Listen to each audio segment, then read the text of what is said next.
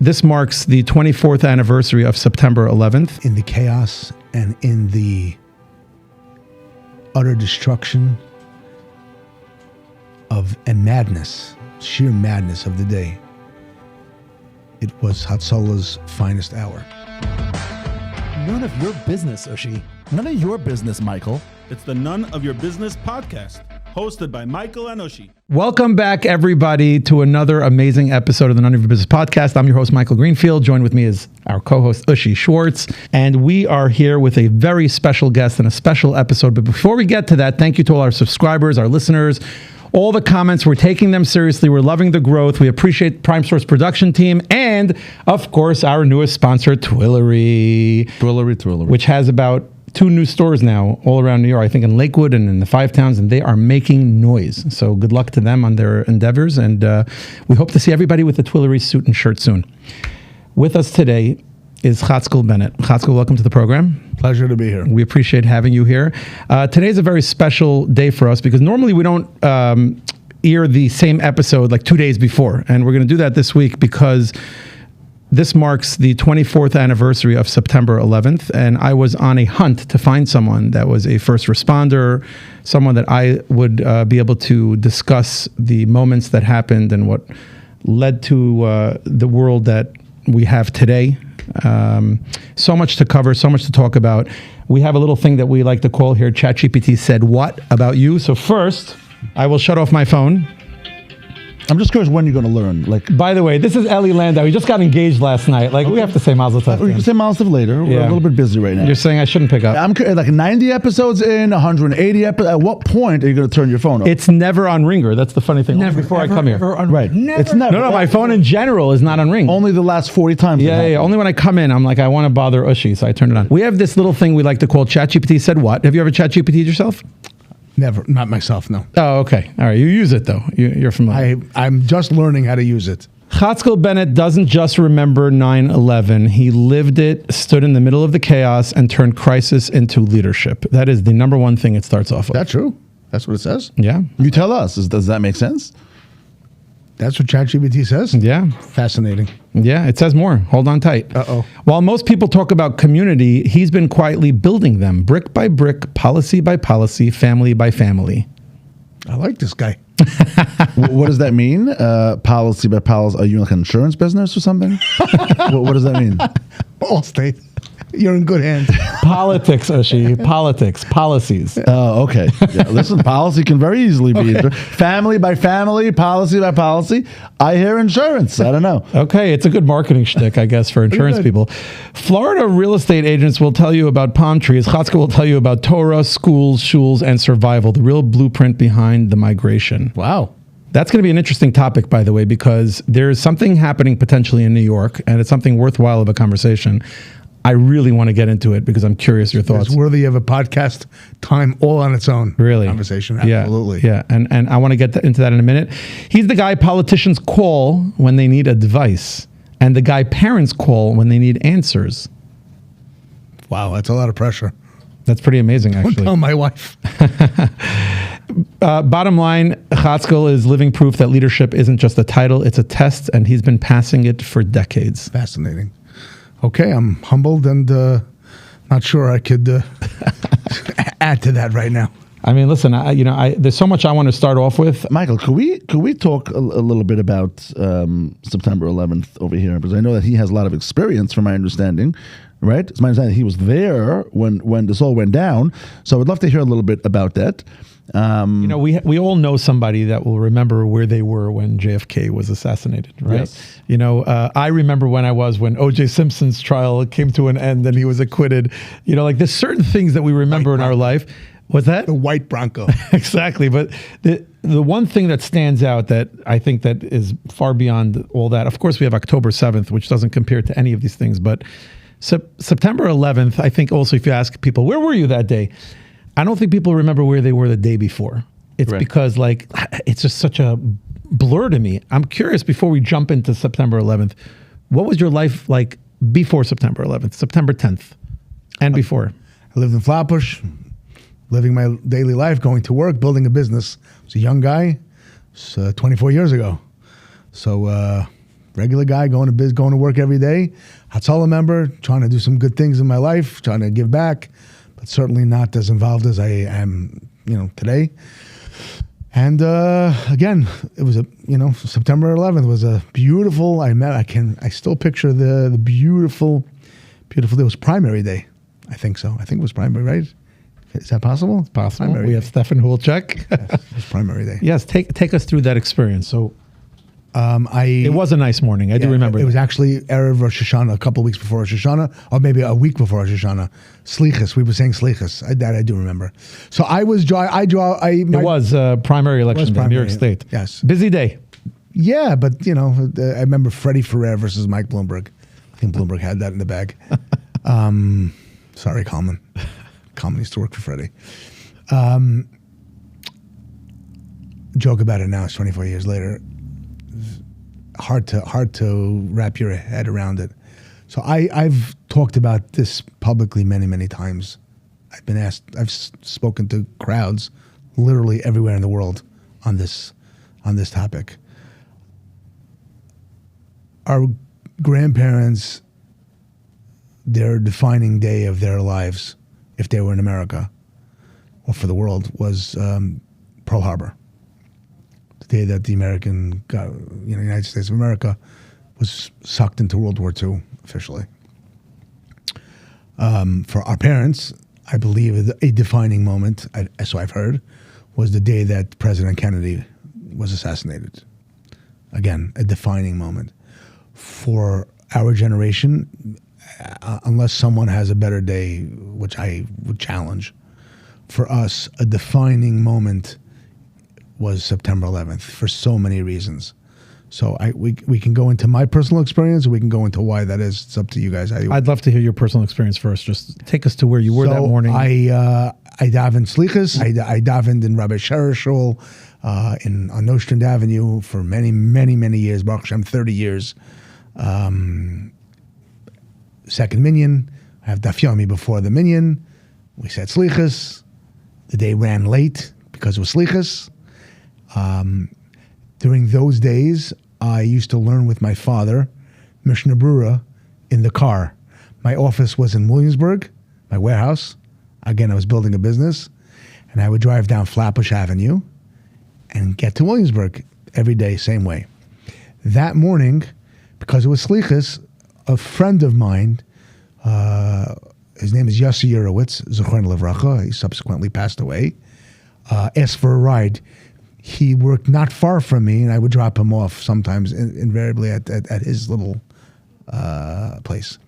I'm learning with my father, Mishnah Brura, and I'm driving down Flatbush Avenue, and I always was able to see the Twin Towers straight ahead. My Hatzoloh radio is on. I'm talking to my dad. We're learning. My father's a doctor, so I got to get 10 minutes into his schedule. And I hear on the Hatzoloh radio that a plane, that one of the members, a friend of mine, Aaron Rothman, F-97, he called in a call. And I heard him, sort of muff. It was choppy, but I heard him. He thinks a plane hit the top of the Twin Towers, one of them. I think they dispatched an ambulance there. I don't remember the specifics of the conversation. I sort of ignored it. I'm not in Manhattan. I'm not heading to Manhattan. Not my call, but I hear it. Okay. Still driving. A few minutes later, I don't know what's the difference. Steph will tell us how far apart were the two planes. One and then 10 minutes, the I other. think. 10 minutes, something like that. So 12 minutes. I'm just guessing. Steph will tell It was very short. It was very we'll quick. find out in a minute. And I'm still learning with my dad. And I hear a second plane. Now it's all hands on deck. And I now know it's not a random situation. Were you listening to the radio at the time? At this point, I told my father what's going on. Now, you have to know my dad. Shut off your radio. Let's learn. You should never ignore your father. Always listen to your father. I said, Dad, I got to go. I have to finish. I have to hang up. I hung up. I started heading. They called for everybody. Hatzoloh called for everybody. All hands on deck. Everybody. How do they call for everyone? What is that? What does that sound like? I'll send you the recording. All members responsible to go away from the scene. The second building is about to go down. It was actually the best dispatcher that Hatzoloh has, the most professional and the most well-known, someone who was a seasoned professional, who, Yidel Deutsch, W19. The recording is now, it's going into the Hall of Fame. It's I've heard the recordings many, many times. Basically sending resources, ambulances from different neighborhoods. We now know we're dealing with something very, very, very unprecedented, unusual. Okay. I'm heading towards the city now. I turn on my lights and sirens, heading towards the city. I come to the Manhattan Bridge, standing still, traffic, going towards the bridge. But like as I'm coming onto the bridge, one of the big ESU NYPD trucks flies by me, full throttle, sees booking, and he goes into the opposite lane, the oncoming. He goes in the opposite lane, I go right behind him. So where you couldn't get into Manhattan from the other side, I was on the bridge and over the bridge in a minute. I pull into Lower Manhattan, I follow him all the way as close as I could get, never in a million years thinking to myself, what's going to come? First recollection, come out of my car, my friend Yossi Urowitz is still in the car. So I said, help me. I took all my equipment out of the car, my trauma bag, my oxygen bag, whatever else I had. Where did you pull over your car? I found a spot that I thought would be reasonably How far from the scene itself? a block and a half away from the So World very Trade close. Center. 2 blocks away, yes. Okay. My first recollection, got out of my car. I see on the floor, fascinating, I think about it, I see 1,000 pair of shoes. Shoes. Really? Really. People ditched their shoes? Shoes. I just see shoes everywhere. Strangest thing. Later, it dawned on me. People were so terrified. People were so afraid, so unsure of what was going on. These are all executives. The men are wearing leather shoes. The women are wearing heels. You can't run in those shoes. And people were running for their lives. They ditched their shoes and just ran for dear life. So that was my first recollection. I gather myself. I see my distance. I'm cognizant that I don't want to get too close to the World Trade Center itself. And as I'm being cognizant of it, I see smoky debris on the floor around me, like a little bit further in, like parts of planes smoking. So now you know you don't want to get too close if parts of airplanes are falling down. Again, I didn't know what size airplane this was. How could you possibly know? We had reports of 2 airplanes going into the World Trade Center. Okay, that's enough for me. I'm convinced. So now what does Hatzoloh member do? I put on my green vest, like transform from citizen to Hatzoloh man. Okay. Somehow, some way, I believe it was the corner of Church and Trinity. If I remember correctly, again, it's been 24 years. People seem to be gravitating towards this area because it's a little bit away. And there's a huge amount of steps going up to the actual, whether it's a church or, I'm assuming it's a church, like an old style church with like 200 steps. And people are sitting there. And I just look around and people are just dazed, glass, bloody, gasping for air, multiple patients with multiple different issues. Some people are cut, other people are having trouble breathing, other people are just terrified. And what does Hatzoloh member do? Hatzoloh member just jumps in. Start tending to people. And a few of my Hatzoloh members were there for whatever reason. And we sort of, like unofficially, but collectively came together and just started treating patients. And I remembered something so unusual, and I see the pictures. I remember I was cognizant, let's say it this way, of the fact that I'm wearing a yarmulke, a green vest, Hatzoloh vest, and my tzitzis. I was cognizant of it. Even in this incredible upheaval, turmoil, Chaos. absolutely, I so desperately wanted to make a Kiddush Hashem. And we were successful in that. There's no question about it. Anyone who we treated, anyone that we interacted with. Now, my friend, Yossi Urowitz, was just hanging with me. Not a Hatzoloh guy. Not a Hatzoloh guy. Right. Wanted to get to his office. Yeah, well, that wasn't happening. Right. What did he do? In the back of my car, I don't remember why, I had kept, remember the old disposable cameras? Yeah. Sure. I have a disposable camera. I'm not telling. Remember, I come on to crazy things. I'm not the greatest photographer in the world, nor am I interested in it. He grabbed the camera and he just started snapping pictures.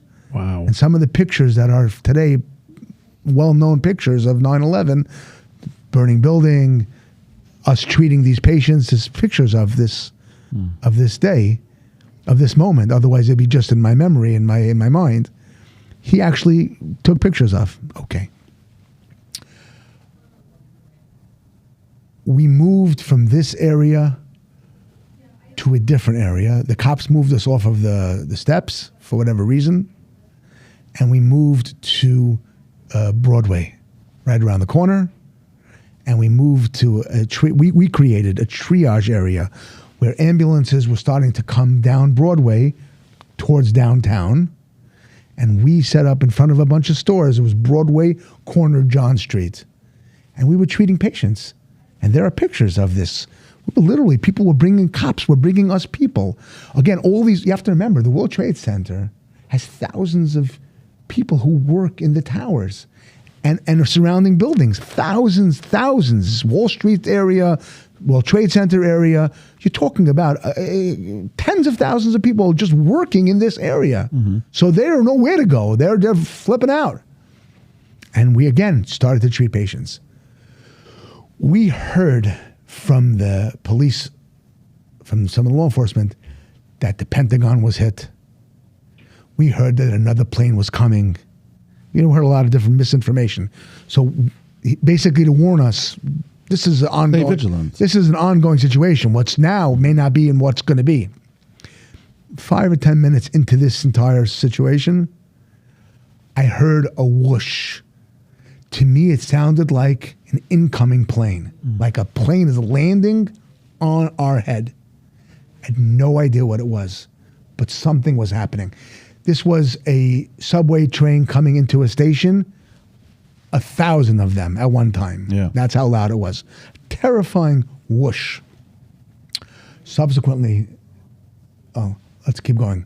This whoosh transformed itself into what you now know, if you ever see the video, that black smoke coming towards us. The whoosh was the building pancaking, coming down. The second I heard this whoosh, I knew we had to get out of this area now. The police had set up a do not enter with yellow tape.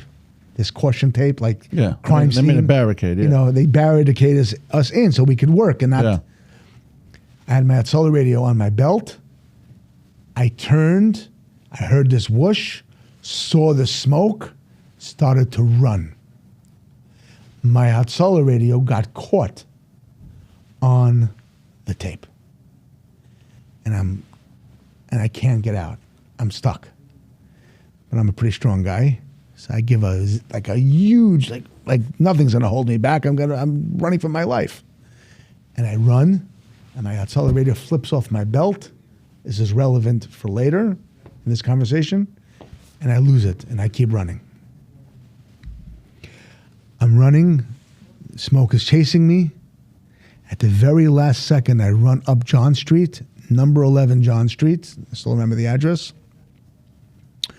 And the door sort of opens, like the front door or the lobby door of this office building. And at the last second, I jump in. I take a deep breath. I have no idea, like, this is the most unbelievable traumatic experience of my life. I look around the floor, the lobby. What's in this lobby? I see about 30 to 50 people huddling and shaking on the lobby floor like this. I'm still not sure who they are, what they are, where am I? Okay. I get my grips. I get my bearings. I go to the front door now. I want to see what's going on outside of this lobby door. Picture I'm in the lobby. There's lights. There are people. The lobby glass door, because every building has a glass door, I look at it, it's pitch black. I open up the door like to peek outside. Choshech. Blackness. Total darkness. All I hear in the distance, nothing except car alarms. Remember the old car alarms? Sure. That's all I hear. I had no idea what it was, no idea what happened, as if the world ended. The apocalypse. Yes, without knowing that it's the apocalypse. I thought that at this point I recognized that a building fell down. One of the tall buildings fell down. One of the World Trade Center buildings, Twin Towers, fell. I had no way to know that it fell this way. I thought it fell that way.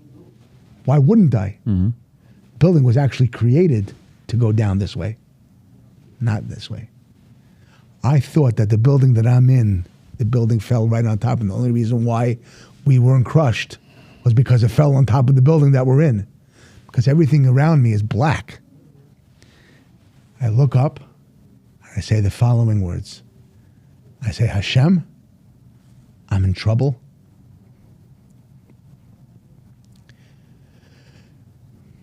Please help me.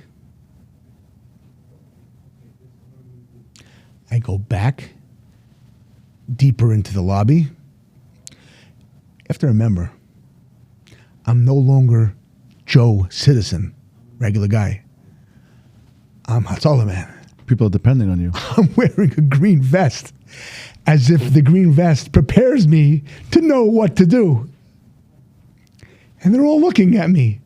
What do we do? You're an official, yeah. Right? The problem was we couldn't stay in the lobby because the smoke, if you remember the black smoke, was seeping into the lobby, and it made the breathing very difficult. So we had to move. One of the 50 people in the lobby was an undercover narcotics cop. And the only way that I knew that he was a cop, because he was wearing a windbreaker that said NYPD on it. He was wearing shorts. It was September. It was hot. It was a nice day. He looks at me. I look at him. And we have to devise a plan now to take care of these 30 to 50 people. I don't remember the exact number. We're in charge now. These are our charges. We got to figure out how to take them to safety. So forget about the fact. Let's go back. I have no Hatzoloh radio. I have absolutely no idea what's going on. There was no more cell phone service, which I had my cell phone, because if you remember, the cell phone antennas are on top of the building that just came down. So I am completely in the dark, physically, metaphorically, and communicatively. I have nobody to talk to. I am by myself. We scout, go up to the next floor by steps. Who takes the steps in a Manhattan office building? The second floor was nothing. It was just like equipment. But the third floor began the offices. Can't use an elevator. I wouldn't dare use an elevator. First of all, I have 30, 40 people here. I have no idea I can't scout up. He and I see an office that's untouched. It's locked. Remember, it's 9 o'clock in the morning. They didn't open up for business yet. The door's locked. We can't get the door open. Force the door. Can't get it open. In these office buildings, you take the fire extinguisher. It's not a fire extinguisher. It's not an old-fashioned fire extinguisher. They have this hose, this long hose. I take the long hose. In the back of the hose, I try to smash the door open. I can't get the door open. This narcotics officer says to me, stand back. Scene out of a movie. Stand back, takes out his gun, 2 shots, makes a hole in the door. We stick our hand through the shots, turn the door, we get in the door. Walk in the office, clean, big, good air conditioning, running water, working telephones. We go back down, take this entire group, and shepherd them to safety. What safety? Safety is the 3rd floor of this building, in this office. And for the next half an hour, the world calmed down. I called my wife, told her I'm alive, begged me to come home. I said, I can't. I called my mother, told her I'm alive. She begged me to come home. I told her I can't. And I hung up. I ended up, after half an hour, they were all fine. At that point, daylight returned to downtown, or daylight, smoky daylight, but at least daylight. You have to remember, this huge black smoke that everybody now knows famously started to dissipate. I ended up hitching a ride on a passing ambulance and took this ambulance to Beth Israel Hospital. I figure I could help out in the hospital, just figure out a safe spot, which is about 20 blocks down. Beth Israel was like 18 or 19, East 18th or East 19th, if I remember correctly. Maybe, I don't remember. Pull up with this ambulance. It was a Metropolitan ambulance to Beth Israel Hospital. The entire hospital was outside of the hospital with 100 stretchers waiting. That's what hospitals do in an emergency. Waiting. No patients. Everybody's dead. The sheer enormity of absorbing this scene. Doctors, nurses, gurneys, a hospital, waiting to help, waiting to heal for patients that never came. Wow. Either everybody was dead or they made it out and they were fine. They didn't need to I don't know if they were fine, but they were not coming by ambulance. Yeah, they're not going to Beth Israel Hospital. They didn't know that. I don't know if everybody was fine, because they were all over the place. People were by the pier. Now, subsequently, we know they were going on a boat to New Jersey. They were going everywhere. Crazy. But that was my experience. Yeah. Of course, because I can't sit still, and I have what to offer, and I'm here. I hitch another ambulance, go right back downtown again. Wow. I ended up transporting 3 or 4 firefighters to the hospital, and then I went back again. So I remember one of the names of the firefighters, whatever it was. At this point, jet fighters are flying over Lower Manhattan. You know, America's at war. It's a war zone right now. Absolute war zone. War zone. Are the streets like loud and you hear people crying all over the place? Crazy. Like, it's just like your mind's not processing while it's happening. Crazy. This is, again, they were advising, buildings are not secure. Everything's shaky now. Everything. You have to recognize we're New Yorkers, so we're accustomed to a skyline. We're accustomed to the buildings. They're here. All of a sudden, something has disrupted, like an earthquake. Yeah. Literally, like an earthquake, a man-made earthquake. Mm-hmm. And so you don't know what's coming next. We already have 2 fallen towers. They said other buildings were not stable. Ultimately, end of the day, other towers did come down or were taken down. I remember the Woolworth building. I mean, there were a lot of buildings in the area that were suspect. Right. And so they warned us to be careful. Don't make sure that make sure you know where you are. Mm-hmm. At this point, it was mid-afternoon already.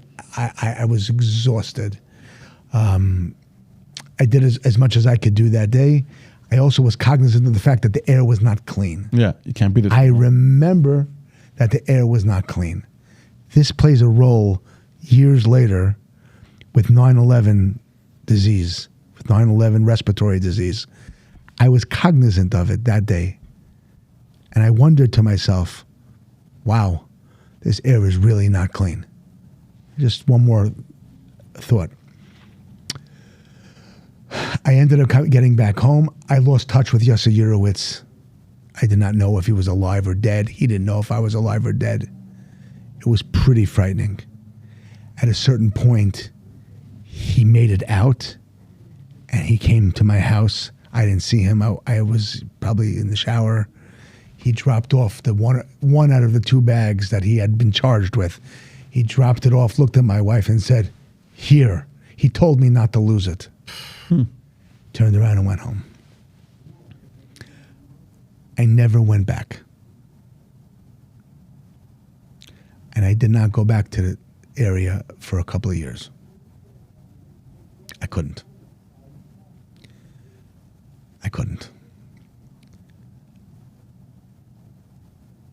For me, personally, changed my worldview, changed my view on terrorism, changed my view on the world,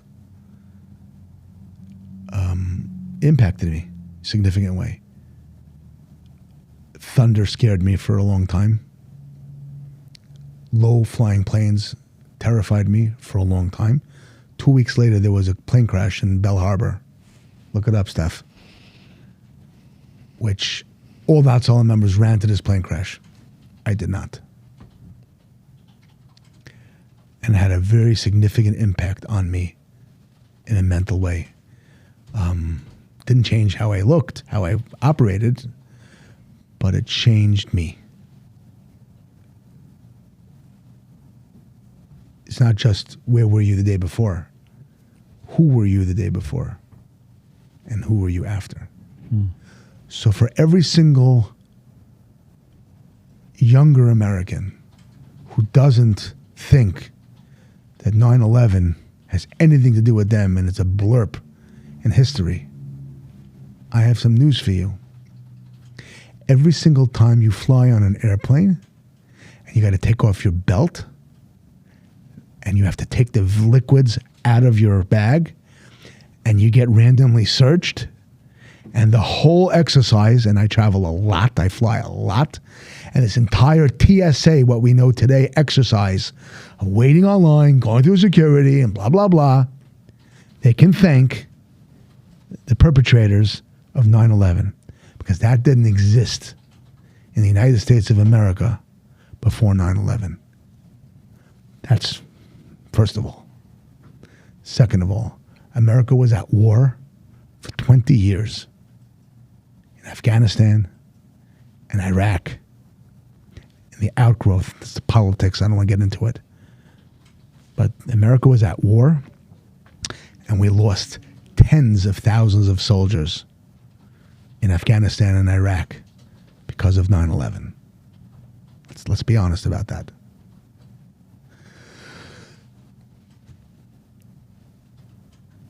It was a rough day. Crazy, man. You know, I always see September 11th on TV in the history books, right? I'm hearing it now for the first time, I think, from anybody that described it to me that was there. And it's just, it hits home differently. It feels more real. I feel very connected to it. Like, as you're talking about it, I'm envisioning myself walking the street at that moment and seeing what you're depicting and what you saw.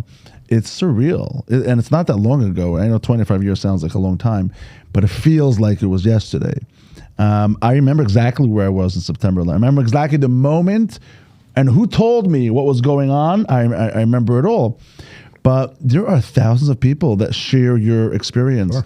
And that have some type of story to tell about that. Do we know how many from Jews there were at the towers when this happened, and how many from Jews perished, unfortunately? I don't have the number. I do remember at least a couple of names. Shmi Beagleisen, who I knew. I forgot his first name, Zalmanowitz. There were a couple of famous stories of people who from families that suffered. There was Aguna questions, and there were just Shiva questions.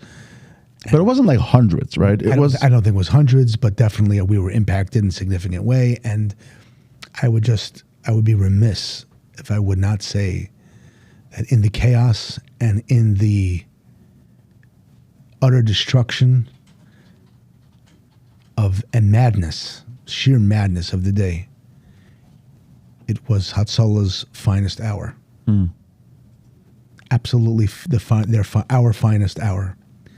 Hundreds of members selflessly, without fear or care for themselves, jumped into action to save others. And it wasn't to save necessarily fellow Jews. Sure. It was to save their fellow man. Yep. On behalf of those of us that don't wear vests, thank you to all of you Hatzoloh members. I'm so curious. I've been thinking about this the entire time. How did anyone get stopped from going in? I'm curious. A Hatzoloh guy that comes to 9/11, comes to the buildings, didn't a lot of you have a feeling of wanting to even go further in? Yes, there's a famous story. I recognize the danger, as I told you earlier. I didn't get too close to the building. I had no interest in getting too close to the building. I had plenty of work to do in what I was doing, where I was. But there were others more senior than me and people who, had their own reasoning for doing whatever. They went up to the building and they tried to get into the building. And there are stories, famous stories of people who tried to get into the building and were stopped by the fire department and police department from getting into the building. They just said, no, we don't want you to go. We don't want you to go into the building. Don't go into the building. So they moved from this entrance to another entrance and they were stopped again. In retrospect, these were malachim, literally malachim, sent to safeguard these Hatzoloh members from going into the building. What would have become of them? The buildings collapsed, both of them. They literally tried to get in and they were denied access and could not get in. That's story one. Story two, Hatzoloh had set up a command post right next to the fire department. And then they were told to move to a different location. The location that they originally had set up the command post was wiped out. The area that they were sent to, they survived. Yes, they had the debris and everything else that fell down. But all in all, incredible miracles beyond belief, beyond understanding, without a doubt. And stories, each story of heroism and courage and creativity and just fine emergency response. I will say I wanted to go back to one more thing. Out of the outgrowth of that day, for as long as I could remember, weeks and weeks and weeks, maybe months, every day was a funeral for firefighters and police officers. Every day, the city was in mourning. The traffic was chaotic. You couldn't get into Lower Manhattan. It turned New York City and the entire country upside down. Yeah. It was so impactful in a way, hard to fathom, to go back to that kind of chaos. So, if they wanted to disrupt us, they certainly did. They most certainly did. And you talked about it for a moment. Similarly, October 7th, for this generation, which I'm a part of, I never thought in my life anything would come close, anywhere near 9/11.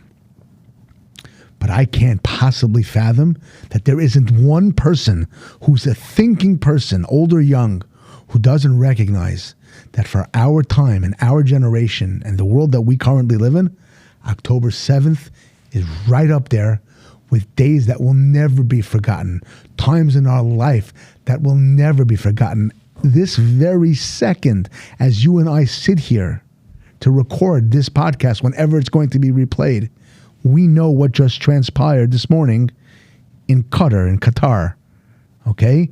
There's only one reason why they're doing that, because Israel has decided that it's game over and they're going after the hostages. We have not stopped. We will not stop. I did go to Eretz Yisrael a few times last year and the year before. I served together with a team of paramedics and EMTs in Israel, down south in the southern envelope. We led a team of Hatzoloh responders from America. Baruch Hashem, Hatzoloh has partnered with Magen David Adom, and we went on 6 or 7 teams. you have to remember the paramedics who operate a Magen David Adom are also reservists. And so when there's a national call-up of this magnitude, someone has to man the ambulances. And so we have a partnership with Magen David Adom, and I'm extremely proud. One of the proudest things I've ever done in my life was to go serve in Eretz Yisrael in Sderot 2 weeks after the attack. October 20th, I was there. October 25th. Hatzoloh members are special. Not me, but Hatzoloh members are special. Did they get any recognition, Hatzoloh, from the city after September 11th? I don't know. I don't think Hatzoloh is looking for recognition, but it should be recorded in history of what was done and how it was done. They were there. They had a part of it. They were part of the recovery. Absolutely. That's your job. That's Was not your, mine. was your radio ever found? No. No. I'm actually curious. Like, how'd you communicate with Hatzoloh after you There left? was no communication, zero. There was no communication. In fact, they did roll call later in the day, which I found out about, but I didn't know. And they were going down the roster of all the members that responded, everybody. And they called my name out several times. They were looking for me. Must have been a scary moment. I didn't know. I wouldn't have my radio. I only found out later. Yeah. My wife and my mother knew that. Were I there was any okay. serious A couple of stories? From our side, we're extremely grateful that Hatzoloh members. Nobody died. survived, Baruch Hashem, no, not that day. No, whether or not some of the members got sick or didn't from the get smoke sick. inhalation? I'm not a doctor. I'm not a statistician, but there's questions about It's definitely a real thing. You were there's there. no You question. felt There's it. no question. Yeah, I'm on the registry. Yeah. I applied to the registry, Baruch Hashem. I'd just like to ask a little bit about you. Who are you? Where'd you grow up? I know you went to Camp Monk because the whole world knows you went to Camp Monk, but who are you? I'm a kid from Queens Okay. who, Baruch Hashem, had a phenomenal childhood. Grew up in a great community. Kew Garden Hills in the early 70s, mid 70s was a wonderful place. Melting pot, all kinds of Jews, friendly. Everyone knew everyone. I'm assuming yeah. you had a similar upbringing. Yeah. The difference between Queens and Brooklyn, so to speak, at that time was Queens was obviously a little bit smaller. Even the different diverse communities of Queens till today. We grew up, I went to Yeshiva Teres Moshe and Kew Garden Hills, Forest Hills, Kew Gardens, Rego Park, Hillcrest. That was the area. You went to Teres Moshe, so you had kids from literally every corner of the quote-unquote, Queens communities.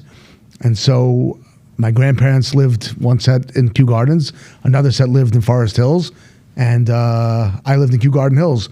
So we had three dominant neighborhoods covered.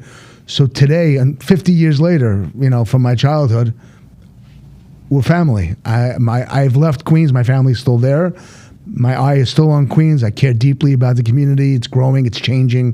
Today is a big Sephardic, Bukharian neighborhood and community, but still a lot of hometown friends. Childhood is childhood. It builds a person. In many cases for good and others for bad. And you try to, but for me, Baruch Hashem, it catapulted me into many different directions. I believe in relationships. I call upon them all the time. I love to see people. I love to talk to people. I enjoy having connections and being able to use them for the betterment of the community. And really, from there, I went to Adelphia Yeshiva under the great Rabbi Yerucham Shein and Rab David Trenk, Zechron Livracha, Zecher Tzadik V'Kodesh Livracha, my Rebbe, who I never miss an opportunity to talk about. I met him in Camp Monk, and it's not a conversation about Rab David Trenk, but his influence is all over me. He was a person who loved Jews, every Jew, everyone, everywhere. Make no difference who you are, what you are from, not from, Hasidish, Litvish, Sephardish, absolutely zero difference to him. A Jew was a Jew. He believed in you. He loved you, and that was infectious, and that for us was extremely influential in our worldview and how we deal with and how we dealt with people. And so if you had a Rebbe who sits now in Olam Haba in the Ahavas Yisrael wing, those people, the Barditchever Rebbe and the Oyev Yisrael, the Apterav, and those Yidden who absolutely unabashedly, unapologetically love Jews, that has influence. And all the Talmidim of Rav David Schrank, wherever they are, thousands of them, from Camp Munk, from Adelphi Yeshiva, from Ereshes Yeshua, those Talmidim are in chinuch, they're askanim, they're balabatim, they're building communities, they're building families, they're good people, their hearts are in the right place, they're bali tzedakah, they're bali chesed, whether they have money or they don't. Those are the people that will give their shirt off their back to you. Those are the people that will care about you. Those are the people who are making a difference in Klal Yisrael.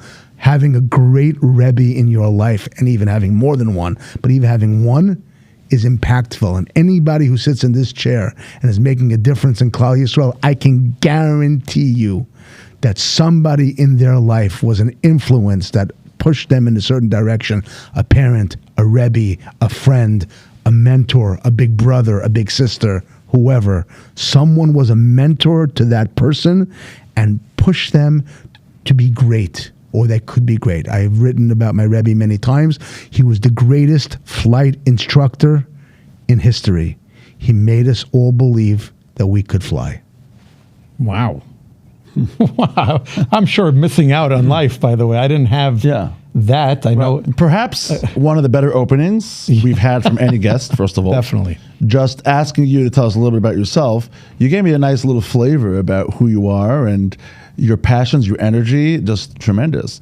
And already gave us a very important life lesson, Michael. Usually we save this like in the middle of the podcast. We say, what's your message to the world? Well, there you have it. That was a really nice message. Do you know my brother-in-law, Rabbi Yoel Gold? Sure. So he, Delphia boy. Yeah, exactly. Learned under Rab David Schrank. Right. And I can guarantee you that Rab Yoel, your brother-in-law that I didn't know, will tell you almost an identical description Exactly. of what I just said. I've heard this monologue before. In his own way. Yes. I've heard this speech before, and he describes him in exactly the same fashion that you Our did. paths did not cross in yeshiva. I'm a little older than him, but it's irrelevant. Rab David Schrank was a Rebbe for over 50 years, and his Talmidim, who today are 80 years old and 70 years old and 60 and 50 and 40, all feel the same. When you have someone in life who loves you with no conditions, it's rare. There's no errors about it. There's no agendas. I love you because you're my Talmud. Yeah. I care about you because you're my Talmud. Awesome. We live in a world today, it's so cold, calculated, and indifferent, apathetic. Who cares about anything? Me, all about me. And you meet a person who's completely selfless and all about you. It's something to hold on to as we navigate life. Amazing. Well, Sounds like my kind of guy. I'd like to continue navigating your life. So take us through it. So what made you who you are today? What do you do today? What was that process like? I've heard your name so many times, growing up in Brooklyn. I got to be honest with you, in the world of policies and families. Definitely heard your name a lot. And it's an honor to have you sitting here, but I really want to know how you got started, how anyone in your world of leadership and askanas, and what happened. Take us through that little bit of that process. My father is a doctor, Dr. Bennett. Everyone knows him. He's in Kew Garden Hills. He's been a doctor, Baruch Hashem, for a long time. He's a wonderful person. He's ish chesed and ish emes. Everyone says their father's a tzaddik, but my father is a tzaddik, a well-known person. My earliest recollection of my father in his role as doctor, although he had an office in our house, always did, was on Shabbos. People would come over to the house. They weren't feeling well, or they needed guidance or something. I was enamored by the idea that my father was a go-to person for help. People in need came and come to my father for help. My uncle, my father's brother, Dr. Alan Bennett, Zechron Livracha, same thing. Always lived near us.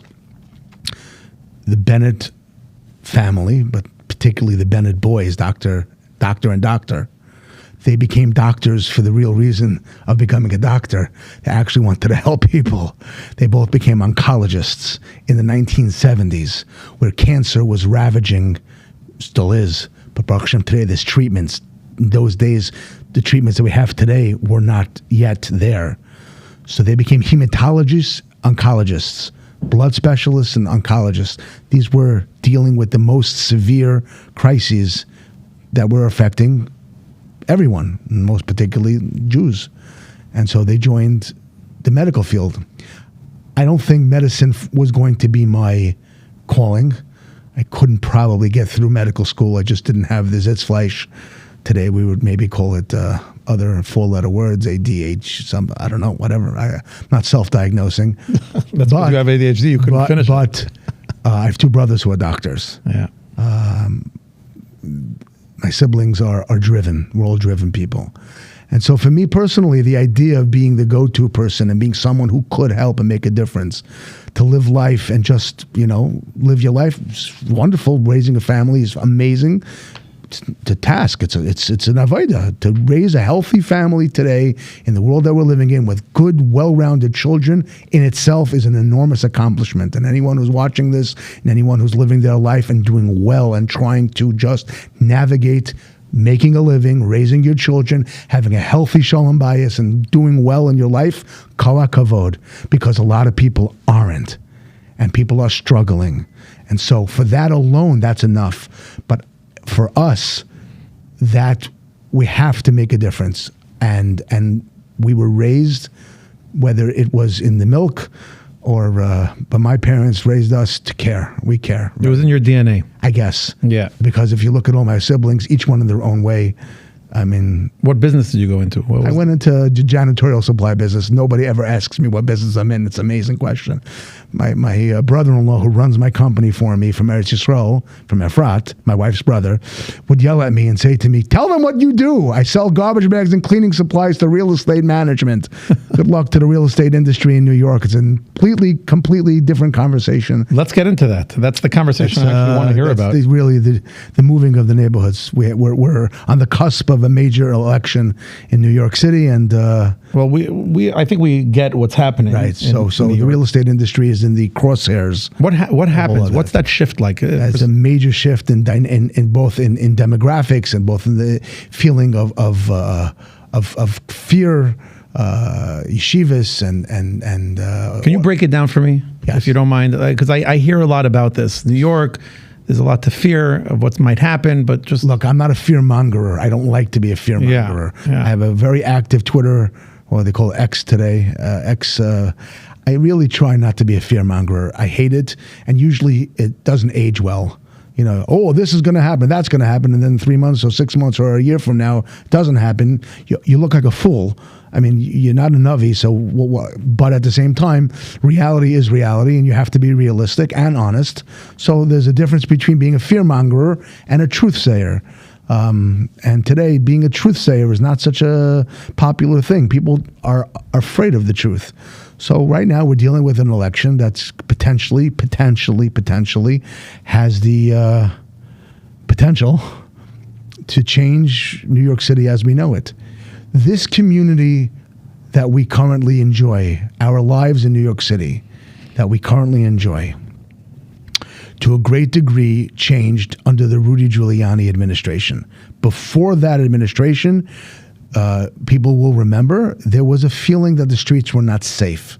At the end of the Dinkins administration, I was a very young boy, but I do remember you had the Crown Heights riots. There was a lot of uneasiness. Again, I was very young.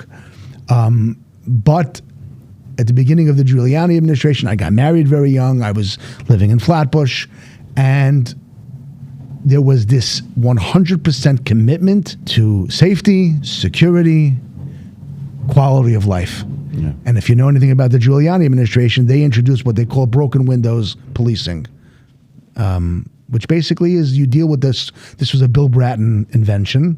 He was the commissioner of the police department, first commissioner under Rudy Giuliani. And basically all quality of life issues are directly correlated to real crime. If you take care of the panhandlers, if you take care of the small petty theft, the small burglaries, the bike stealing, muggings, nothing major. Those are called broken windows. Things that graffiti. Yeah. Those kinds of things. If you deal with the small things, they have a direct impact on the big things. And it was extremely successful. They drove down crime to record levels that today we enjoy, that Mayor Bloomberg, after Giuliani, also enjoyed and enhanced. Again, heavy focus on quality of life. Sort of moving out of that administration, the cities took a different turn, different policies. Bill de Blasio administration, I'm not going to get into the particulars of all these different things, but the focus is sort of changed. I will say now as we're moving forward under Eric Adams, there's been, again, a recommitment to safety, but there's still, people don't feel safe, and there's a lot of anti-Semitism. The protests have a lot to do with it, and just the overall atmosphere of wearing a yarmulke on the street today, where this sort of quote-unquote an open season feeling where we can potentially be in harm's way. That has an impact on people. That changes people's idea of, if I'm not safe, nothing else matters. My children are not safe, nothing really else matters. I could live in a beautiful home in a beautiful community, but if I have to go to work and I have to take my life in my hands and I can't go on the subway and I can't go on the bus and I can't live my life and go out at night because I'm afraid, that fear for your personal safety transcends everything else. And so now you have an administration that potentially could come into play that is saying all the wrong things. Yeah, they're backtracking now a little bit because it's unpopular, because who in their right mind doesn't want safety for themselves and their family? But at the end of the day, I think the focus on this woke ideology that we've come to understand, where things that are really not as important as personal safety, we hear all these stories about people getting mugged on the street, and God forbid somebody stands up for themselves and pushes back or fights back. Who becomes public enemy number one, the mugger or the guy who pushed back? We've seen the stories over and over and over again, whereas the victim becomes the perpetrator. We see it in Israel, and we see it on the streets of New York. The victim is someone who feels unsafe and is not willing to feel unsafe, so they push back. And so, not to get too deep into the woods, but that's really what we're looking at right now. And it's certainly eye-raising, eye-catching, and I think everyone should pay attention. And if I fall short in saying it, if there's anyone who lives in New York City that's not registered to vote, you are making a grave mistake, a grave, life-altering mistake. There isn't a person over the age of 18, boy or girl, adult or teenager, older teenager, young adult, that is in New York City and will be for election day, that doesn't vote. It is, in every word that I could possibly say, a tremendous irresponsibility. Almost, dare I say, a dereliction of duty at this point in our lives in America. If I remember correctly, and by the way, I was with you throughout the entire sequence, and I'm a little younger than you, so I don't remember all of it, like even in Giuliani's tenure, I don't remember as much, but I do remember that he introduced stop and frisk, didn't he? I believe he did, and it was very effective. And you're right, crime really went much, it was skyrocketing the years before, and it was one of the worst cities to live in. And they did a very nice job. I think the mugger incident that you talked about, the best example I can give was with Daniel Penny on the train. That's what I was thinking. That's probably what you were thinking. That's probably what most people are thinking, is that, he stood up. He was a good Samaritan, and they dragged him through the mud for it. They dragged him through the mud. But this is very obvious to the three of us. And as we're both sitting here, I'm totally on board with everything you've said. Right. And I think you said it very eloquently. And there's a lot of people listening that this is a no-brainer. This is simple stuff. This is easy math. What is it that we see a lot of the younger people that are jumping on this bandwagon, and they're okay with a lot of this talk about being soft on crime? And you see people that go to jail, they come out, they go back, they come out, and it's like, we saw the writing on the wall. This person was in jail like 4 or 5 times. Why are they still roaming the streets? Like, how many times are they going to have to do the same thing until we realize that they're unsafe to be on the streets? Right. We got to get them off. We got to figure something out. But what is it that's appealing to this other side that people are, it's catching fire? You see a lot of the young people, a lot of the voters from 18 till 25, 26, this is talking to them and they're liking this. What are we missing? How is it getting here? So, excellent question, and I can't say that I have all the answers. I can say the following. first of all, a younger person is idealistic. They haven't really gone through the hard knocks of life. They're still looking at their future.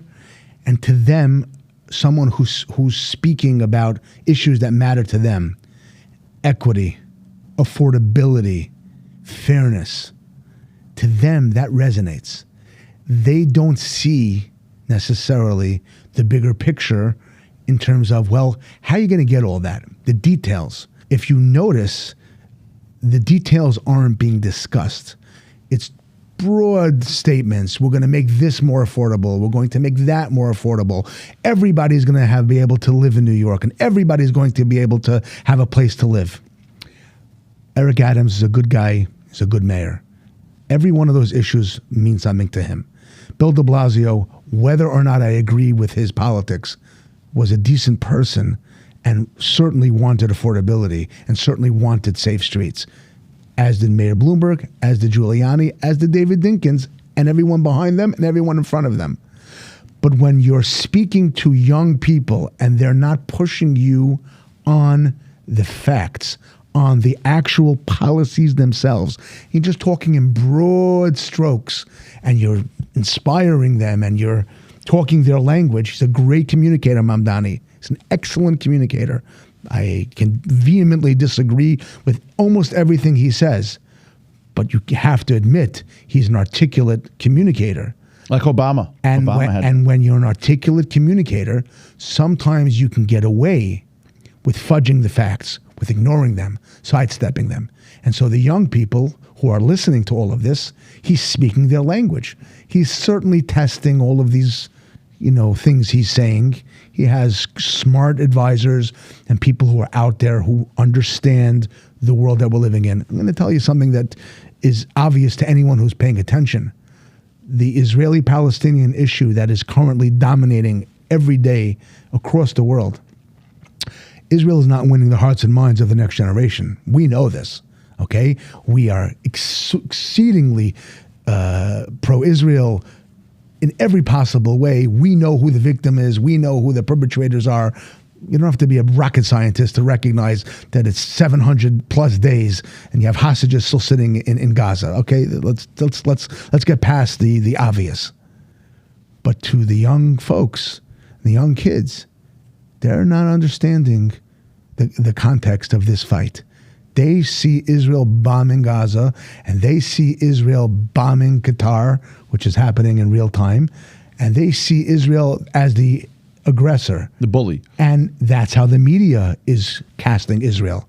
And so if TikTok and X and mass legacy media and everybody and all the influencers and the Tucker Carlsons on the right and the Rishonim anti-Semites on the left, and maybe Tucker Carlson deserves that same title, are all saying the same thing. Israel's the aggressor. So if you're Mamdani and you recognize, and you believe this anyway, so it's not, you're not going out of your comfort zone. You're just speaking out and you're tapping in to what the mood is on the street anyway. Is it any surprise that you're doing well, that the polls are with you? So we right now, I don't even know what the majority is of New Yorkers. I have no idea because it keeps changing. People move to Florida. People are moving to the suburbs. People are living in the 5 towns. People are living in Muncie. People are moving to Toms River for a lot of reasons. The kids moved, the job moved, affordability, better lifestyle, quality of life, all the issues that matter to us. But in our community, there are options. And so as people move out, both in the Jewish community and others, who's left? Who is now the plurality of voters in New York City? Seems to me that what we think is the plurality of conservative, moderate, normal people in New York City is not as moderate and conservative as you might believe. The same people that voted in Giuliani and Bloomberg are no longer in New York City. They've moved. Who's left behind? Middle class, immigrant families, good people, nice people, but they don't share our politics.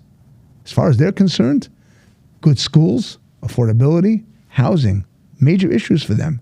And they're suffering, and they're struggling. And Mamdani is talking to them. Mm-hmm. That's my take on the world. And what do we do?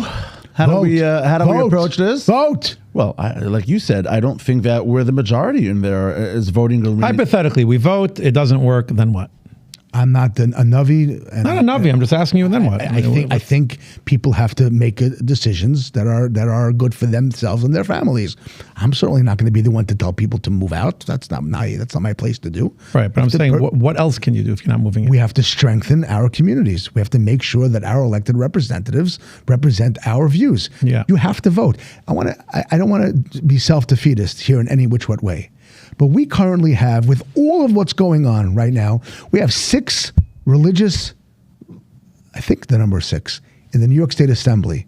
Never before, with all of the leftists and the wokeism and the socialists and all the other garbage that we're confronting, okay, communism and socialism. Right now in the New York State Assembly, we have a Hasidic guy who represents Monsey, Aaron Weider, Kalman Yeager, Simcha Eichenstein, Sam Berger, 4 guys right now. Plus you have David Weprin, it's 5. I'm sure I'm missing somebody. We have Steph. He's going to be looking it up in a minute. At 5, I'm sure that there's one. Yeah, there's more than a handful. That's just Orthodox. Yeah, Orthodox religious from representation, and many other friends. Stacey Pfeffer Amato represents Far Rockaway.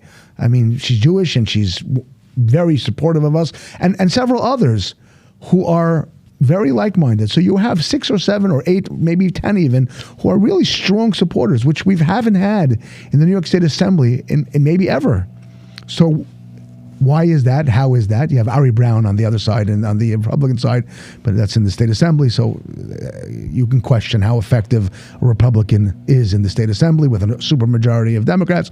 But be that as it may, Carl Hastie recognizes that there's a very strong block of religious Orthodox Jews who are representing their communities with great distinction, I might add, in the face of a lot of adversity, and they're doing well.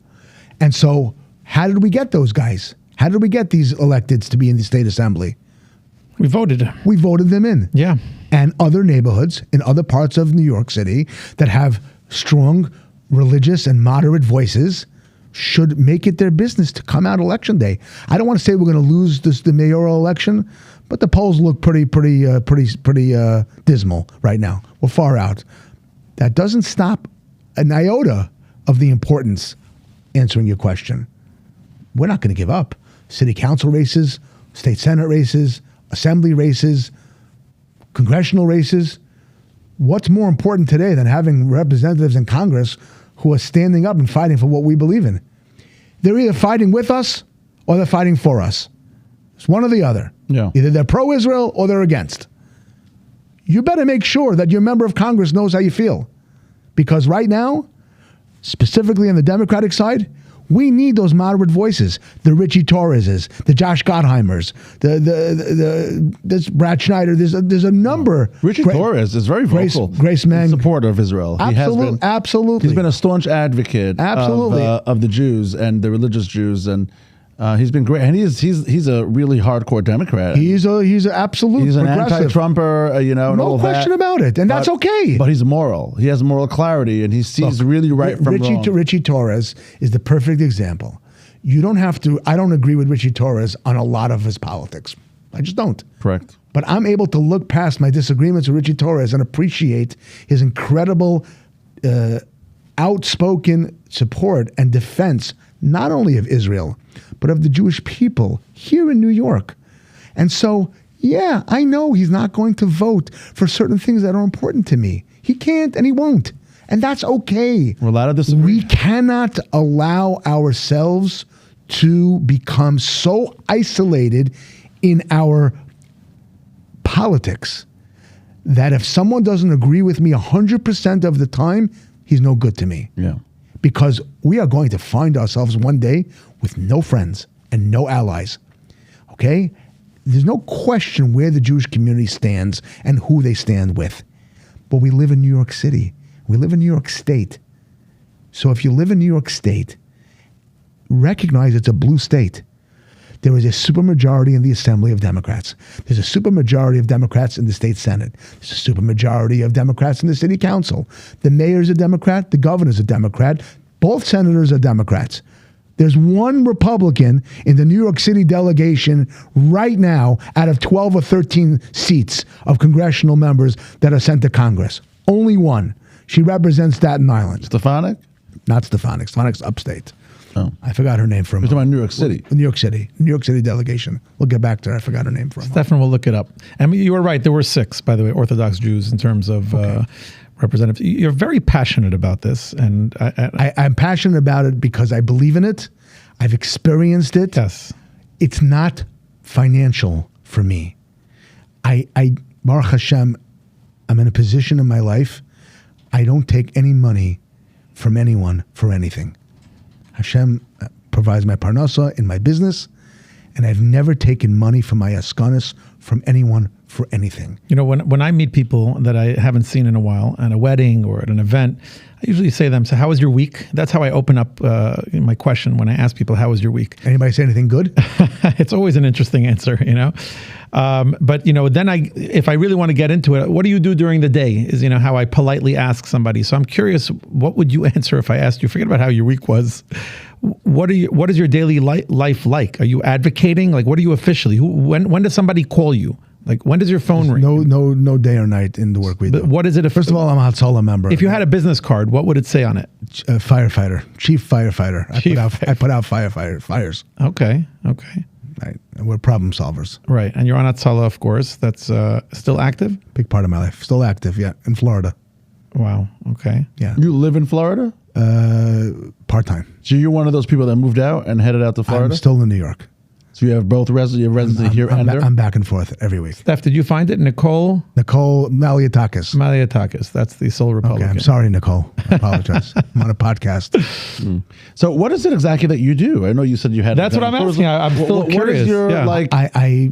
who are you? Who are you? You're not a politician. You're not in office, right? No. Are you a No, lobbyist? I'm Like what exactly? I'm a lobbyist is someone who gets paid for lobbying. So I work on behalf of the Jewish people in government, with government, with other people. I try to. It's hard to. I don't have You're an activist? Yes. Very much. How long ago did you lay down your financial hat, so to speak, in terms of working for money and say, I'm going to just do this? Baruch Hashem, I have an existing business. It runs every day. Yeah. I keep my eye on it. I'm involved in it. But I, Baruch Hashem, have a very good support staff led by my brother-in-law and his wife. Beautiful. Live in a frat. So we sort of have we have that back office situation. My wife is my partner. She helps me on that end. And it's sort of like the relationship, so to speak, with that Rabbi Akiva had with his wife. That what's mine is yours, and what's yours is, you know.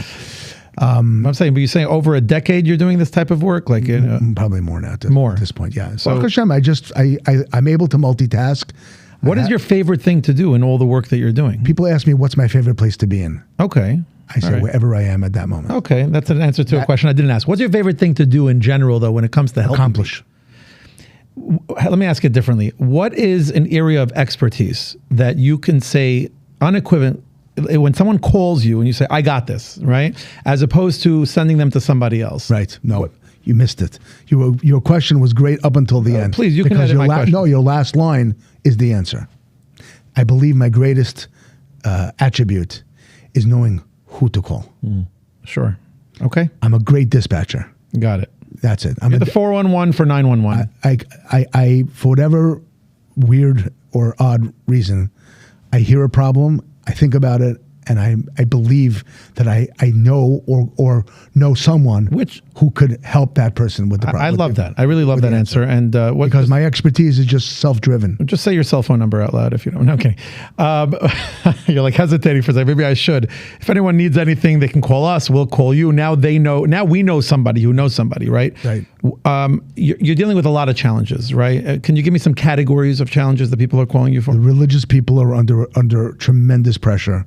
Baruch Hashem. Talking about financial pressure? All pressure. Okay. But specifically, I can't help the financial pressure per se, although the Aguda just had a very big win, which is not going to translate into real money this minute, but eventually with the right Siyata Dishmaya, the school choice win could potentially be a very big win for the Jewish people moving forward, not just in New York, Did I but hear you right? Did you just say that Aguda did something? across the country. Yeah. So we're not going to get too deep into that. But the Aguda has been working on this school choice bill for a long time. Okay. What is the school choice bill? Basically, a federal bill that's going to allow money to go to scholarships to yeshivas. So private For institutions. the first, yes. to help those that can't afford to put Correct. private schools. Correct. Okay. Similar to what's happening in Florida, but on a grand scale and on a national scale. Again, there's a lot of caveats to it, and I don't want to get into I it. wish them a lot of luck in As getting Hashem. this. So this was a very long labor of love and effort. Started many years ago. I myself was in Washington, I would say last year, at least 5 or 6 times on this issue alone. I also, another issue of tremendous concern for me is discrimination. For me, I cannot allow a Jewish community that wants to grow, whether it's to build a shul, whether it's to build a yeshiva, whether it's to actually move to a neighborhood and be denied the American dream. I cannot, it does just not sit well with me, and I will do everything I can in my power to bring it to the attention of those that it needs to be brought to. That's including the United States Department of Justice, amongst others, which I've been fortunate to make some good relationships now in this past administration. And this to me is an issue as Klal Yisrael grows, we grow and we spread out. So we are going to be facing and have been facing real discrimination. Now, what is discrimination in this setting? It's called land use discrimination. It's stopping the Jewish people from growing, from building, from going to places that they can go to. No other community, black, brown, or otherwise, in this country would be subjected to the kind of discrimination, outward, open discrimination that the Jewish people are subjected to. And so for me, that's something that I believe the law is on our side, the federal law, the Arlupa law. Can you give me an example? I'm a little bit lost. Someone wants to open up a shul, build a shul in Toms River, New Jersey, in Jackson, New Jersey. And the town saying no? And the town says no. Got it. You need 500 parking spots. You need 5 acres of land. You have experience in that world. This is really the work that Agudas Yisrael does. This is the real in the trenches work that is being done privately, quietly, which takes quite a bit of time, and it's not one of these things that makes headlines. It's not glamorous. It's not press news release worthy. But for every community, including Jackson, New Jersey, and Toms River, New Jersey, and Airmont, and Forestburg, New York, Bloomingburg, Blooming Grove. Do you have an opinion on the New Square situation? I don't. Okay, you know about it though. Right? I know of it. I don't. What's going on in New Square? The 1 mile radius. I know about it. I know of it. It hasn't come to my plate. I think it's an internal Muncie New Square issue, and it should be dealt with. Isn't every issue an internal issue? But this is an internal issue. You're saying internal within our community. Correct. That's what makes the difference. So it's not touching your... I don't have to go to the Department of Justice. Right. That's what I'm saying. And tell them that we're being discriminated against by people who hate Jews. Right. Okay. And that's the thing that... I believe wakes you up, that gets you going. That wakes me up. I'm up. I also want to point out, to be fair, okay, I'm playing devil's advocate. Please do. I know what you're going to say. Yeah, so you already know what I'm going to say. I know what you're going to say. Is sometimes we have an obligation to be good citizens. I don't know if that's what I'm saying. Oh, okay. No, he's saying that it looks bad sometimes. We come into a community exactly. and suddenly, what you wanted to say? Yeah, that's what I wanted I to say. gave you your answer. There's potato chip bags everywhere. Yes. And then there's not just slow that. down, slow down, We're making big buildings. And the reason why they need 500 parking lots, because all of a sudden there's a bar mitzvah, there's a bris, the whole street is lined with cars. And the people that were living there for a long time have no idea what's flying. Yes. All of a sudden, one day, they wake up and it became a commercial city. I will repeat my line to you. Yeah. We have an obligation to be good citizens. But we don't always do that. You said that. Yes. No, he's replying. I think what you're trying to say. I understand the remedy, and it's in a perfect world. Right. You're right. But unfortunately, we can't always control everything that goes on all over the place. You wear a yarmulke, you have a job to make a Kiddush Hashem. Simple. That's it. There you go. Yeah, that's very There you go. easily said. I'm whoa. But it doesn't always pan out that way. Of course not. It doesn't always turn out that way. Of course not. We're a big community. But that's why I don't every- want to make it sound like we are indiscriminate when it comes to the land use, the Jews. I think that, for a big part, in America, we actually have it pretty good. We have it very good. I don't like this talk when I hear anybody, whether it's black, brown, or Jewish or otherwise, that America is systemically racist and it's targeting against, for the most part, we have it very good. We really do. And there are issues, of course, and there is racism, and it's spotty, and you can find it, and there's this prejudice, and there's anti-Semitic things that are happening all over the place. I agree. When the town makes ordinances specifically designed to keep the Jews out, that doesn't work for me. When laws are being made arbitrarily that are targeting the Jewish community from growing, from building, from creating houses of worship within walking distance of the housing area, and you are making things onerous and difficult, and you have to jump through hoops, and other communities don't have to do that. You would never get away with saying black people are not welcome here. And those laws are saying straight out, blatantly, Jews are not welcome here. That is illegal. Yeah. We could have it's extreme is what you're saying. We can have, it's not extreme. That's a problem. It's not extreme. I have a word for it. It's called government-sponsored discrimination. When the government of a local township or a town council creates a law that is onerous for the Jewish people, and that means that there are 50 churches and 20 mosques, but if I want to build a shul in this city, I need things that no other structure in this town needs, because they know if we don't have a shul, we can't function, we can't survive. They know this. To target a home that is currently being used as a shul, a garage, is violating the First Amendment of the United States Where is Constitution. this happening? I know, like in Muncie, in Pomona, in Brooklyn, in Lakewood, we have a shortage of schools. No, Baruch we have a Hashem. shortage of schools. No. We have a shortage of pretty much anything. No. It looks like things are working out pretty well. Right. I don't want to ring the alarm bell just yet. I don't want to pull the fire drill here. It sounds like you're trying to advocate for things that are rampant. Like these are real problems all over the place. Linden, New Jersey. This is happening today. A huge community of primarily Hasidic Jews have moved into Linden, New Jersey. A lot of opportunity there. And they can tell you firsthand that they are going through hoops and having great difficulty with the leadership of the city. And it's straight up discrimination. That they're not letting them... They're not letting them build their shul. They're bothering them with the codes. They're being difficult with them. Absolutely, outwardly. Forestburg, New York. A firm developer bought the rights to 1,300 homes that was approved by the town prior to the firm developer buying this development. When it was a secular development from a developer in Texas, everything was approved. Magically, when the religious developer bought it, guess what happened? All the permits were rescinded. And they are now in a 3 or 4 year battle with this local town to be able to build the things that they want to build with tremendous hurdles, with outward discrimination. I myself went to testify at a local hearing on behalf of the community in Forestburg, New York, which is in Sullivan County. You never heard of it, but just because you never heard of it, and I'm not saying you, just because it doesn't affect the Jews in Brooklyn or it doesn't affect the Jews in Muncie, but we're growing. Yeah. And housing is unaffordable, as we I guess a discussed earlier. testament to your point. These are things that are not making headlines. Correct. So we don't You need- know why, Michael? Because we have bigger problems. We got real well, issues. we may have bigger problems, but those people that are Even suffering- them. If you look at our history as a I don't know. people, If- look at us if a- 60, 70 years ago, we were literally being slaughtered on the streets. We were being put into gas chambers.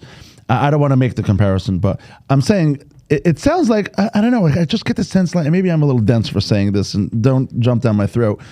It sounds like we have it pretty good. As far as these things you talk about, I understand the anti-Semitic stuff is coming out now and it's terrible. Like I went just Which yesterday. way is it trending? it's trending worse. It's trending down. So when do we? That's it. I'm not so concerned that they don't let us open a shul. So, This town made first a of all, rule. I don't like the comparison to gas chambers and all that stuff. That's scary. I'm a my grandparents were Holocaust survivors. Let's be moderate in the way we describe what we're dealing with. Just Sure. Again, I'm just trying to make a point, is that we have it really good today. We have it amazingly Baruch Hashem. good. There isn't a Jew that isn't comfortable today. Now, it's getting pretty bad. I understand all the rhetoric that's going on out there, and this is in the last 10 years or so. And I just don't think it is, like, the problems aren't so major. In fact, the reason why why I'll disagree with you is because you don't spend that much time going to the city. You don't spend I that agree much. in the city it's dangerous. No, I get it, but Michael, I was just telling you, yesterday I went to Totowa, New Jersey. Yeah. I walked into a random Home Depot, a Staples. It was right next door to Home Depot. I was like thinking twice if I should wear my yarmulke walking in. and if you lived there, I was thinking twice. I get it. I understand that fear. You jogged my memory now. About 3 weeks ago on a Wednesday afternoon, I got a panicked phone call from a friend of mine who asked me if his son could call me. He just had an incident in the Path station down by the World Trade Center area. I said, sure. Calls me up and tells me that a young boy, 22, 23 years old, going to work in Manhattan, lives in New Jersey, and takes the Path, takes the train from New Jersey to, I think maybe Teaneck, maybe. And he had an incident wearing a yarmulke in the station. He was on the train. He feared for his life. Someone was literally stalking and bullying him, challenging him in his face, a tall guy, intimidating, bullying guy. Say pro-Palestine, over whatever the verbiage was. And he was terrified. And then he started to move away from the guy. The guy was chasing him. Luckily for him, he ran into a couple of cops, and they actually arrested the guy on the spot. He called me up. He was shaking. Yeah, He's 22, 20, shaking. Mm-hmm. Is this reasonable? No. Is this normal? So does it rise to the level of Nazi Germany? No. Baruch Hashem, no. This is a problem. But I'm asking. I agree. So one this second. is a problem. What I was saying is that the land use things that were... Oh, one second. Oh, you're talking about land use. Yeah. That's what I was referring to. Okay. So that's what I mean by we're comfortable. We have it good. I don't feel like there's a shortage of shuls, but... I just want to say, may Hashem give you and all the Hatzoloh members and all the Amen. They deserve it. Heroes. They deserve it. They deserve continued They deserve it. Hatzlacha and safety for you and all your families. It's amazing the things that you guys do. And like you said, it doesn't get the press, but we feel The way it. And we the way know it should be. Yeah, but we feel Get it. the press where it there, counts. 100%. And very seldom do we stay quiet for so long when someone's talking. I have one more thing I do want to add. I'm sorry. I can go for much longer, but we just unfortunately. I do have one more thing. Yeah. That an everlasting impact of that day, which I think would be worthy to say to you. So this was an earth-shaking, actually is a message. This is an earth-shaking, life-altering experience. You can see it. It's 24 years later. I'm emotional just saying it over. The detail is so vivid. I went to a shir. I remember in Le Chateau. You remember Le Chateau? Where was it? Avenue P in East 4th Street. Of course. Okay. Yeah. Huge. A big public gathering in Flatbush post 9/11 for the entire community, as we want to do after these kinds of events. And Rav Matisyahu Salomon was there, and he spoke. He was one of the guest speakers. Rav Matisyahu Salomon was the mashkiach Beis Medrash Gavoa. He had just come to America. He was a extremely brilliant, wonderful tzaddik, English. So his speech style and his verbiage and his accent was very easy to listen to. Like you feel like you're in Oxford. You're listening Royalty. You're listening to royalty. Yeah. And that's Rav Matisyahu Salomon, the way he spoke, and he was impacting and talking to us about the trepidation, how we feel of the moment, and he said something I'll never forget, and I took home with me. He said, "You feel like you want to make huge changes in your life." It was Rosh Hashanah time, Yom Kippur time, such an event cannot go unanswered. Not if you're a thinking Jew, not if you're a thinking person. And he said, you want to make big changes in your life, but understand, big changes don't last. Find something small to do, take it upon yourself, and do it. And it will be long-lasting. And he gave 2 examples. The 2 examples I remember he gave, first example was to bench inside of a sitter. That was his first example. Seemingly not a huge lift for such a big thing. I didn't do it. The second thing he suggested was, Rav Matisyahu said, don't you think it's time to believe in Hashem? Ani mamim, be'emunah shalema. Every day after davening, take upon yourself to strengthen your emunah in Ribono Shel Olam. Start saying Ani mamim after davening. Every day. And I heard what he said, and I took it upon myself. And the one and only Kabbalah that I took on 24 years ago, I still do every single day. And every single day, except for Shabbos, every single day I say Ani Mamim, and I think about Rav Matisyahu, I think about 9/11, and I thank Hashem for saving me. Wow. Incredible. Wow. People go lifetimes, generations without experiencing something so traumatizing, and you are a better person for it at the end of it. You're not bitter, you're not angry, you're not resentful. You were there to help people. You ran into the fire. They always say, there's 2 kinds of people: those that are running out of the fire and those that are running towards it. And my wife would really appreciate me if I would stop running into it. That's also what protects you. So which is amazing. She gave up. Amazing. We always say we expect a message in our podcast. We have so many messages. So many. This entire story, everything that you said, everything that you stand for. First of all, congratulations on everything you've been doing till now. And we look forward to all the wonderful things that you will be doing, regardless of politics and regardless of who's there. We all have our work to do. Politics is a means to an end. If you're in the politics for the sheer politics, you won't be successful. Now that's the message. Before we let you go, first of all, do you have any questions for us? We always like to ask. I enjoy the conversation. Keep doing good stuff. There are a lot of great people out there doing great things. People you don't know about, find them. They're great people out there. Well, that leads us to our next question. If you were to pick a guest that would fill that seat to be on the None of Your Business podcast, who would you recommend? A guy named Naftali Miller. Oh, that was quick. Okay, who's Naftali Miller? Naftali Miller happens to work for the Aguda, but that's not why I would ask you to bring him here. I just spent Sunday in Florida working with Chazdei Lev, and all my friends are all Talmidim Rav David Trenk, Aaron Rosenfeld and Sammy Miller and Naftali Miller, and even those who were not Talmidim of Rav David Trenk, but would be Talmidim of David Trenk, Nisano Gold, Shlomi Bishvitsky, the Bishvitsky family. This Chazdei Lev thing is so phenomenally impressive and so amazing. And Naftali Miller is one of the progenitors of it. He's one of the founders of it.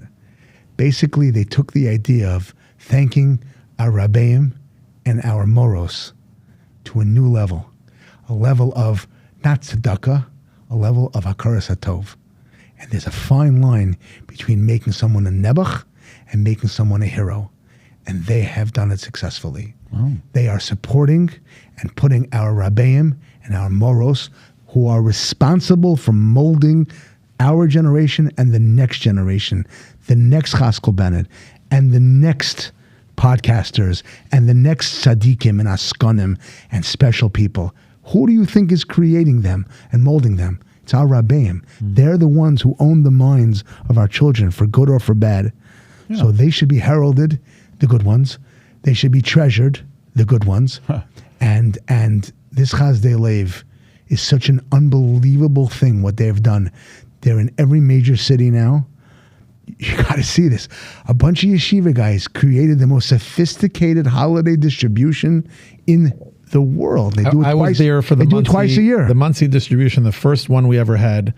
You can't say no to my friend. You know about this? Yossi Brachfeld calls me. Sure, and when Yossi, great guy. When Yossi calls, that's it. Yossi, great guy. So, and he said, we're doing a thing, and I didn't even have to ask him what it was. I was just give me the address, And give what me was the time. and what was your? And I was there. It blew me away. Right. Like So you we said, just- the efficiencies of a bunch of yeshiva It's guys. also such a fresh new concept. It's beautiful. You It's know? already a few years old. Yeah. It's massive in Flatbush. I mean, massive. They take over Floyd Bennett Field. I'm talking about 1,000 plus. I don't know the numbers. I just did it in Florida. We just delivered 172 packages. We took over an entire park, rented a park, 7 tractor trailers. They have 250 tractor trailers in Floyd Bennett Field. And they're doing it in Muncie, and they're doing it in the Five Towns, and they're doing it I love in it. Baltimore. Great concept. Great idea. And the whole concept is, thank you, Yeah. Rebbe. Perfect. Thank you, Reb Chaskel. Yeah. We really appreciate you Greatest coming pleasure. here. Thank you so much to Isaac Newman, the Gabbai of all Gabbais, Ay, ay, ay. for recommending you and bringing you on this program. And we appreciate your recommendation, Reb Naftali Miller. We're definitely going to reach out to him. Thank you again to all of our listeners, our subscribers, Prime Stars production team, and Twillery. That's a wrap. That's a wrap.